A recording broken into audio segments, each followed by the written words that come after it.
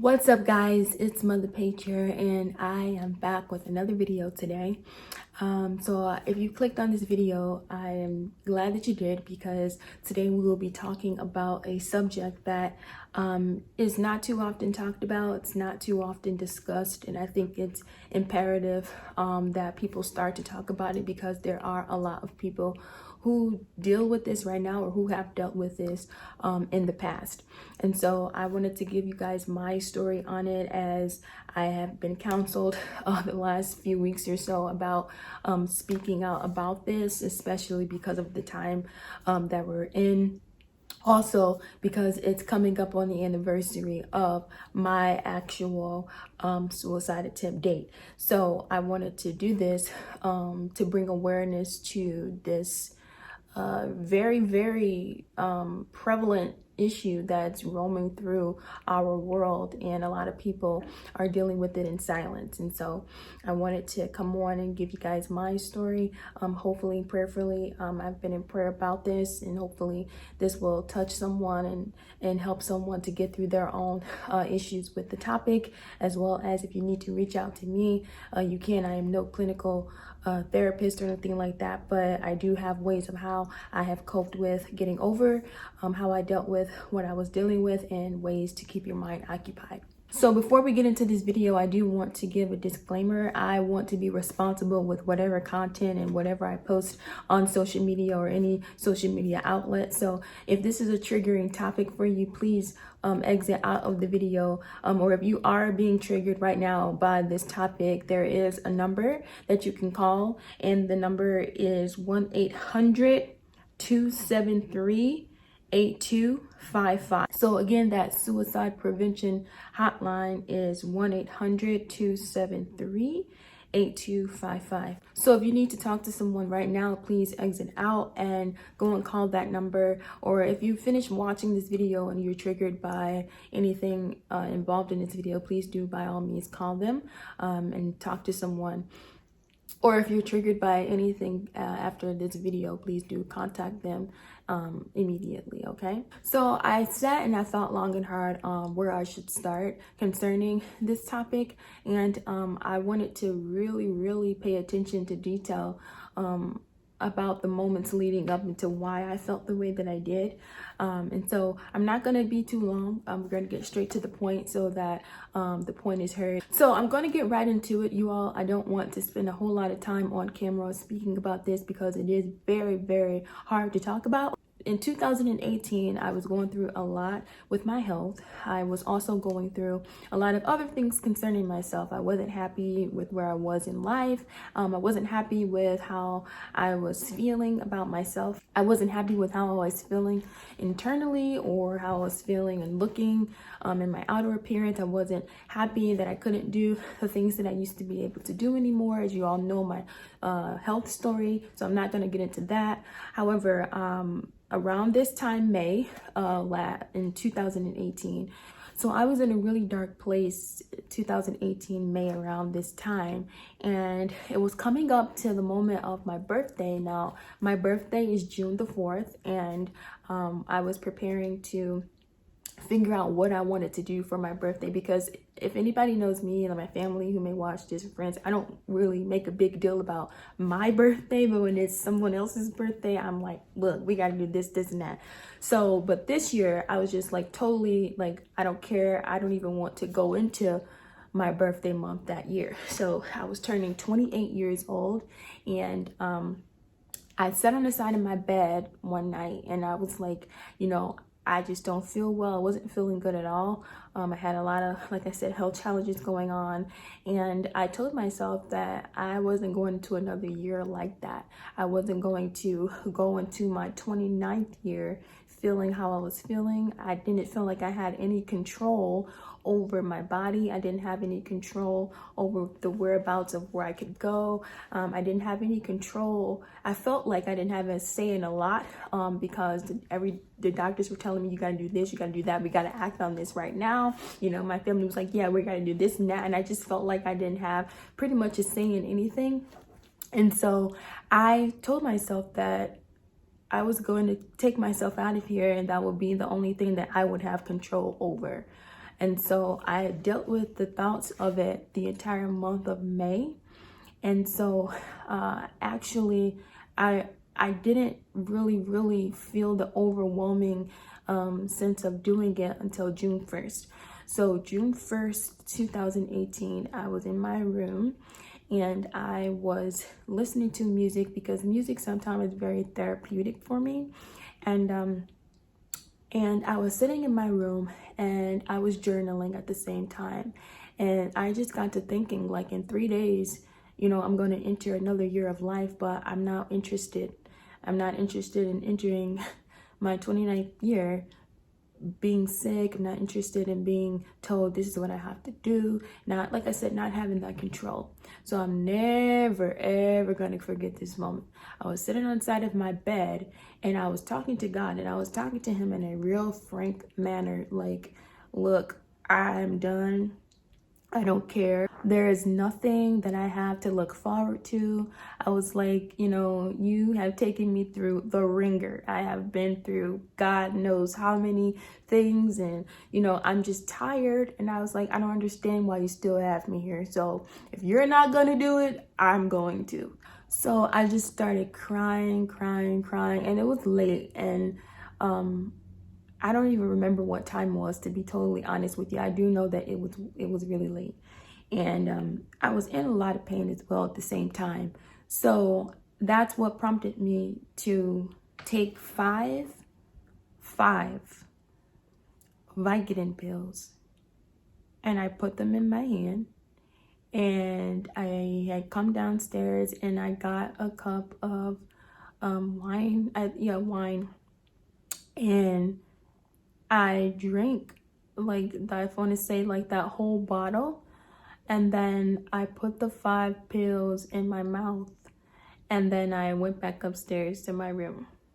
So when I put the 5 pills in my mouth down, and when I was drinking the wine, I added another pill on top of that, because I was like, oh man, I'm in pain. And so I put the 6th pill in my mouth and I sat on the side of my bed. And what I can remember is that I was starting to feel kind of like, I don't know, it was just like crazy feeling that I had. And I remember this song that was playing while I was going through all of this, and it was called Take Me to the River by Leon Bridges. And I loved that song, and I kept playing it on repeat. And so I started to feel myself feel like almost like a sleepiness. And so I just started back talking to God. I remember, this is how I remember it. I remember talking back to him, and I was like, yeah, I just took these pills and I drank that wine, and I'm going to die, and there's nothing you can do about it. And to think about it, it was just like, wow, I was telling him, like, this is the only thing I got control over right now, and I'm going to act on it. So I didn't care, like, in my mind, I didn't care about anybody else's feelings in that moment. I only cared about what I wanted to do, and I cared about how I just wanted to leave here. And that's the only thing I really desired. And I didn't want to go into my birthday feeling defeated, right? So after I stopped talking to God, I laid down, and that's the only thing I remember that night. So the crazy thing about that is that the next morning I woke up and I looked over at my phone and it said 7:30 a.m. 7:30 a.m. Now, as I mentioned, I had taken those pills and drank that wine, and it was well after midnight. It was late. And so if you know anything about Vicodin, or if you know anything about pain medication, well, I can only speak for me. When I take one Vicodin, if I'm in that much amount of pain, I will sleep for a very, very long time. A very long time. And so to think about it, that I had taken 5 of them, no, actually 6, on top of an alcohol substance, And then I woke up at 7:30 a.m. So immediately I was angry. I was angry. I was like, Lord, what are you doing? Why did you do that? Why didn't you just let me die? Woo! And you know what? He never answered me. And I sat there and I was really upset. I just was really angry. You know, a person would be like, oh my, thank you, God. Thank you, Lord, for sparing my life. I was the total opposite. I was really mad. And so I was feeling really nauseated, and I went to the restroom and I had to vomit because obviously, and I just wasn't feeling good. And so I went back to my room and I was sitting there and I got to thinking, and like I said, this was a moment in time when I was just really in a dark place, and I was talking to God as if he was some stranger off of the street. And I was like, I'm not understanding why you keep keeping me here. Why? Why wouldn't you just let me go? Just let me go. I'm so tired. I was like, in my mind, even to this day, to think about how I felt, like I literally felt like that was the only thing that I had control over, was to leave this earth when I wanted to. And to think about that is so crazy, because how dare I or anyone think that they can just take their own life before the time that you're supposed to go. And I'm not saying that to be insensitive to the people who have taken their life, because it is a very overwhelming feeling that you have, that you act on. And I just got to talking to him like, why won't you just let me die? Why won't you let me leave here? I don't want to be here anymore. I don't want to feel sick. I don't want to feel, I just felt so bad about myself at that time, And sometimes, to be honest with you, I still feel like I just don't have any control most times, I have had suicidal thoughts before, and I never ever took it this far. So I just was really, really ready. I didn't say anything to anyone about that. And my birthday came. June, like 3 days later, my birthday had come. Well, 2 days later, obviously, my birthday had come. And I was just not happy. I was down, and my family could tell that something was wrong. And my aunt kept asking me, like, what's wrong? What's wrong? Because anybody knows me, I'm very goofy, and I just act crazy around the house all the time, and I was not doing that. And so she kept asking me what was the matter, and I kept telling her nothing. I just wasn't feeling good. And so she finally sat me down, and we got to talking, and I told her that I just didn't want to live anymore. And I hadn't mentioned to her what happened yet. I told her that I was over this. And, of course, your family is going to try to talk you down and talk you back into, having to realize that you do have some purpose here in life. I didn't feel like I had any purpose here besides being sick. And so she made me make a promise. She made me make a promise that I would contact my therapist, because I stopped talking to my therapist because I was like, I don't want to hear anything she has to say. So I talked to my therapist, and we got to talking, and I told her, I think I need to go and be like admitted to get some extra help. And she kept asking me, well, why? And I was like so afraid to tell her or anybody that I actually had done what I did. Because at the back of my head, it was like, I don't want to be like locked up in some institution or something, and I didn't really want to go that route. But I told her that I just felt like I needed some extra help. So I was on an antidepressant, and so we upped the antidepressant, and it made me feel a little bit better. I still had not suicidal thoughts, but I still had the feelings that I just wanted to die. I just wanted to leave here. I had a strong urge to just leave. I just had a strong urge to leave this earth. I really did. How it all came out is that last year, 2019, around the same time had come. Now, this is a whole year later, and I was in my room again, and still was feeling pretty down, because now I had because last year, May, I had caught pneumonia, and that triggered a lot of things with my health. I had a mini stroke following that. All my organs began to break down and shut down, and they were talking about me being back on chemo, and I didn't want to do that. And so I was writing in my journal, and I had fallen asleep, and my journal obviously was on my bed. And so my aunt had come into my room because I had fallen asleep, and she found my journal, and I'm glad she did. I'm glad that she actually found this, and she found some notes and the stuff that I was writing about what had transpired the year before and how I was feeling in that moment.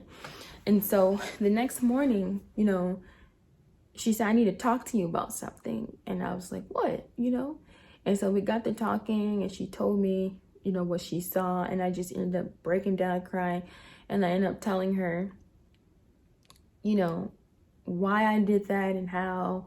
And she got to getting emotional because she's like, you know, if we would have woke up and we would have saw, oh Jesus. I understood where she came from, and I was apologetic about it. And in those moments, like, you don't think about what your family will have to experience, you know? It was, to me, I felt like after revisiting it and really thinking about it, it was very selfish that I would try and do that, you know, concerning my family, because I love them so much, and I would never, ever want to have them to go through anything like that. And so I went to my therapist, and I told her, and we got to talk about the next step to get better, you know. So we went through that whole next step process, and I feel better. I got better. I felt better. Then we went into July 2019 to where my doctors were telling me my liver and everything was shutting down, and we had to start all these treatments. And I was like, Lord, I am not understanding this. Like, why did you save me from killing myself only to take me through something like this again? I'm not quite getting it. Like, I don't know if anybody's watching this, if you've ever been sick, and it's just like, you know, I have told several people that I can identify with Job in the Bible to like the 100th degree, to where it's like, Lord, what? Like, are you kidding me? You know? And I feel like I have acquired the patience of Job on numerous occasions, to the fact to where I just don't got no more. I just don't have any more patience. Like, that's where I felt in that moment. We were getting ready for chemo, and I just started thinking about the year prior when I sat there and literally tried to take myself out. And I prayed, and I said, Lord, I'm sorry. I was like, you know, this time I'm not going to do something so irresponsible like that again, but I'm not getting ready to go through any more treatments. And so I had some meetings with my doctors, meetings with my family about it. And I told them, I was like, I'm not taking the treatment. I don't want to. I don't want to be sick. If this is my time, it's just my time. Because they were saying if I didn't take the treatment, then yeah, nothing further that they can do. And so I was like, well, I'm okay with that. And I felt like I was totally at peace with forfeiting the treatment that they were offering me and just dying. I was totally fine. They weren't fine with it, but I was. It got down to the last second of when I had to make a decision, and my aunt and I were downstairs, and she just told me, she put a lot of stuff into perspective, you know, and I told her how I felt, and I was still not wanting to do the chemo treatments and stuff. And I said, you know, I'm doing this for you guys. I'm doing this for the family, because if it were left up to me, I wouldn't be doing. Woo! I was so tired. Like, I was so tired. And I had gone through a lot. And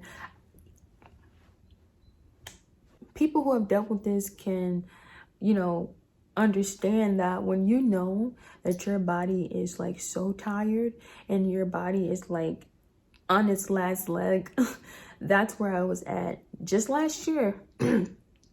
Just last year. And so I went ahead and did the treatments, and it was very hard. We had a lot of support, a lot of help. My auntie Roz even stayed here. She was here from Texas, and she stayed to help. And I'm so thankful for her for that. And she was giving me a lot of encouraging words during that time as well. And so I got through it. And I remember the last chemo that I had, and I got to talking to God again. I was like, Lord, I just don't know what else to pray about. I don't know what else to talk to you about with all of this. I said, you have taken me yet again through these health challenges. I'm so tired. I'm not understanding why you keep keeping me here. You have to show me, give me some sign of what the purpose is, because I didn't see any purpose for the last 2 years, from when I took those pills to when I woke up and I was like, what? To now, even to this present moment. I caught the coronavirus and I got over that, and that was a bit worrisome. And even in catching that, I'm just like, so when I was talking to the Lord my last chemo night, and again, God had told me this before, but he had to remind me. He had to tell me, like, this is not about you. This is not about you. This is for me to show whomever needs to see, the world, your peers, whomever, that I'm still the God of miracles, signs, and wonders. I had flashbacks that night to when I was taking those pills with the milligram of Vicodin that I have and the amount that I took on top of alcohol. So that's a miracle in itself, that I woke up at 7:30 a.m. the next morning. Then the following year, which was last year, me having to be so sick and ready to forfeit treatment, and then coming out of that as well. I mean, yes, I still have some challenges, but God had to remind me that although I feel like I have no control over anything, I feel like there's no purpose, that I'm just tired of feeling ill, just weighed down and tired. And he's like, there is a purpose. Somebody's being blessed by your life. People are being inspired. People tell me all the time, oh, you're such an inspiration. You're such an encouragement. And some of those people don't even know that their life and their stories have been an encouragement to me. So sometimes I feel like, well, whoever you're trying to show, whoever it needs to see that you're still the God of miracle, sign, and wonder, please hurry them up, because I'm tired. But all seriousness, I sometimes look back over my life and I'm just like, there are people who have gone through way less and they have died. And I have gone through so much. And oh God, I've gone through so much and I'm still here. And so whatever the purpose that I can't see right now, it's out there, and I am blessed to be here. There is some purpose. I'm coming on to share all of this, to let somebody on here that may be watching this to know that there is purpose. You're gonna feel like there isn't, because I did.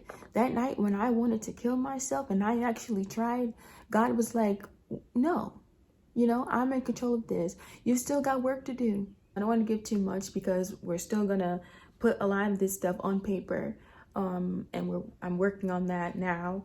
But I started to read over some of my journals, recently, because I started to feel not triggered, but I started to feel that overwhelming grief the last couple of days, that coming up to when I actually did what I did, it grieved my heart a whole lot. And I said to myself, there's so many people that are feeling like this, or who have gone through this, and they just don't know how to put their emotions. They don't know where to place them. They don't know what to do. And I'm telling you, you don't have to do it. You don't have to.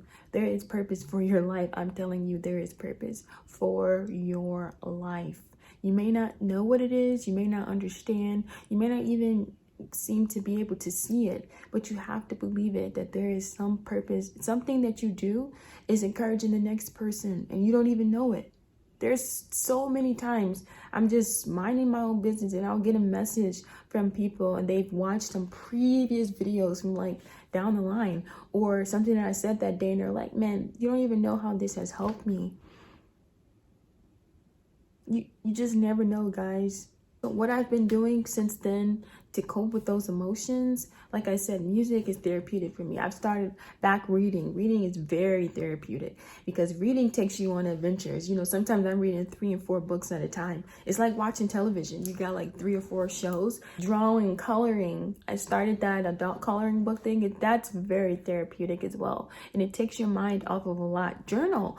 Get those feelings out. I learned that a long time ago. About bottling up everything, it's not good for you, and that makes situations way worse. So start to journal your emotions out. Find someone that you can confide in that you're going to trust. Therapy.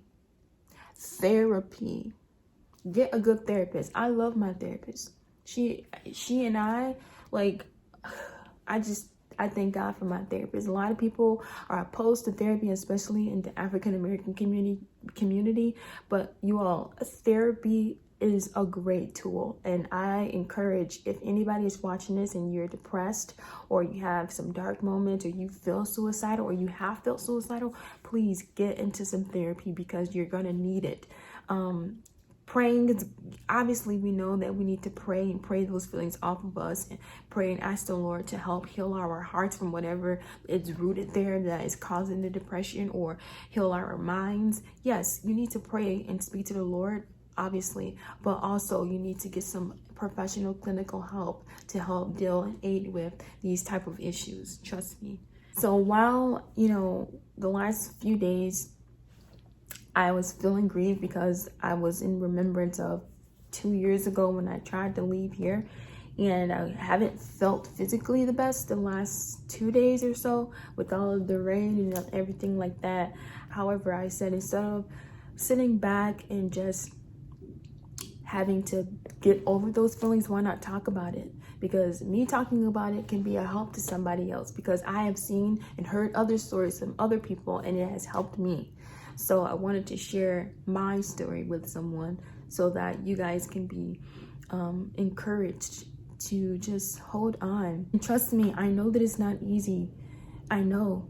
I still, to this day, right now, this morning, I woke up, I wasn't feeling all that great, and I said, I just have to remember that there has to be purpose in all of this. And, you know, I walk around, and you all know my slogan. My slogan is, all you can do is take it one day at a time. And if I can give someone some advice today, is that all you can do is take it one day at a time. Nothing is an overnight fix. All you can do is take it one day at a time. I wake up, I have good and bad days with my health. I have good and bad days with my thoughts. You're going to have good and bad days, but you got to keep moving. You have to keep moving. So I figured I'd speak about it to you all. And I think 15 days, in 2 weeks, June 4th, will be my 30th birthday. And it's crazy to say that, because just 2 years ago, I tried to leave here in my own strength, and God intervened in such a way to where it's still mind-blowing to me. And I didn't want to celebrate that year. I didn't want to celebrate last year. But this year, I was like, man, I just got over chemo yet again.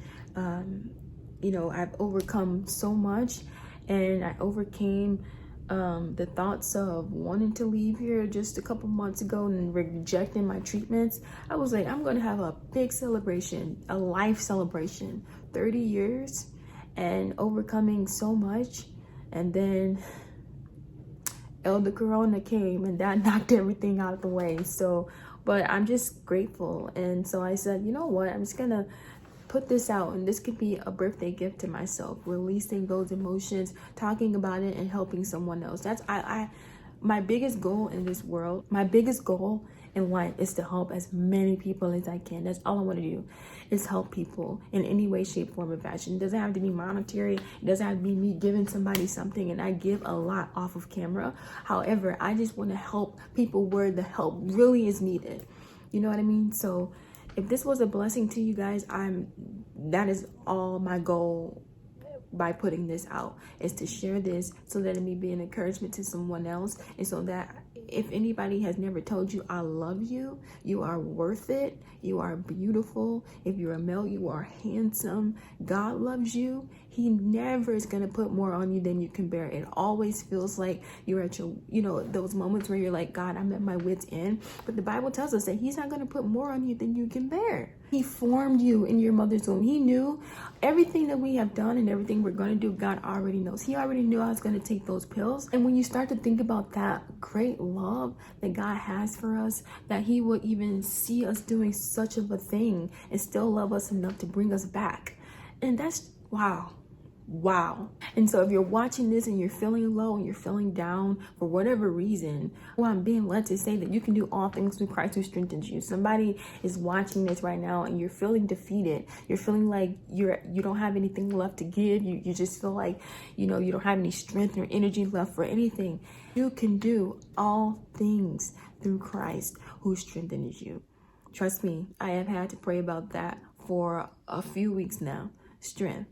And be real with God. Pray. Ask God for that strength, and he will give it to you. So I love you guys. I didn't want to be too long with this. I hope that you guys are having an amazing day. Hope that you guys are staying safe.